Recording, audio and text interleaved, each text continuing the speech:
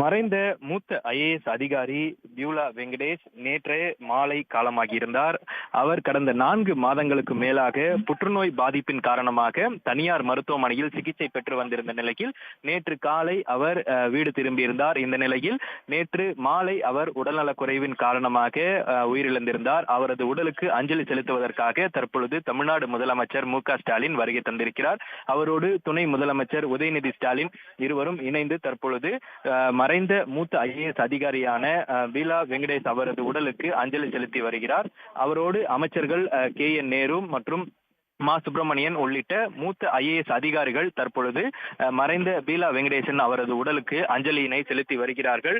மூத்த ஐஏஎஸ் அதிகாரியும் தமிழ்நாடு எரிசக்தி துறையினுடைய முதன்மை செயலாளராகவும் பணியாற்றி வரக்கூடிய பீலா வெங்கடேசன் உடலுக்கு தமிழக அரசின் சார்பில் தற்பொழுது முதலமைச்சர் மரியாதை செலுத்தி வரக்கூடிய அந்த காட்சிகளை பார்க்க முடிகிறது. அவரோடு அமைச்சர்களும் உயர் அதிகாரிகளும் அஞ்சலி செலுத்தக்கூடிய அந்த காட்சிகளையும் பார்க்க முடிகிறது.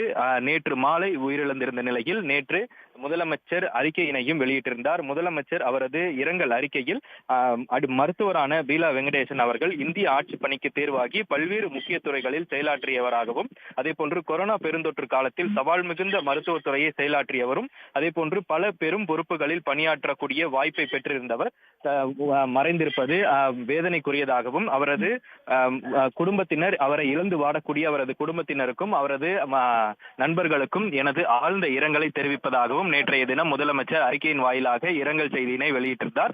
அதனைத் தொடர்ந்து தற்பொழுது நேரடியாக வந்து அவரது உடலுக்கு மரியாதை செலுத்தக்கூடிய அந்த காட்சிகளை பார்க்க முடிந்தது. அதனைத் தொடர்ந்து ஆளுநர் மற்றும் சட்டமன்ற எதிர்க்கட்சி தலைவர் உள்ளிட்ட பல்வேறு அரசியல் கட்சி தலைவர்களும் அவரது மறைவிற்கு இரங்கல் தெரிவித்திருந்த நிலையில், அதே போன்று அவரோடு பணியாற்றக்கூடிய மூத்த ஐஏஎஸ் அதிகாரிகளும் அதே போன்று அரசு அதிகாரிகள் உயர் அதிகாரிகளும் அவரது உடலுக்கு தொடர்ந்து காலை முதலிருந்தே அஞ்சலி செலுத்தி வருகின்றனர்.